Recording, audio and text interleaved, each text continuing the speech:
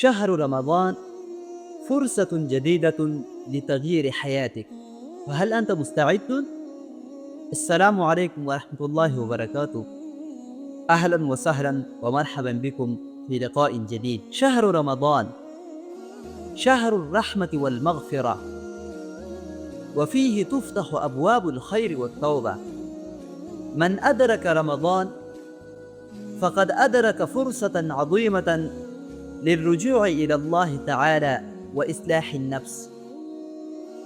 قال النبي صلى الله عليه وسلم: من صام رمضان إيمانا واحتسابا غفر له ما تقدم من ذنبه.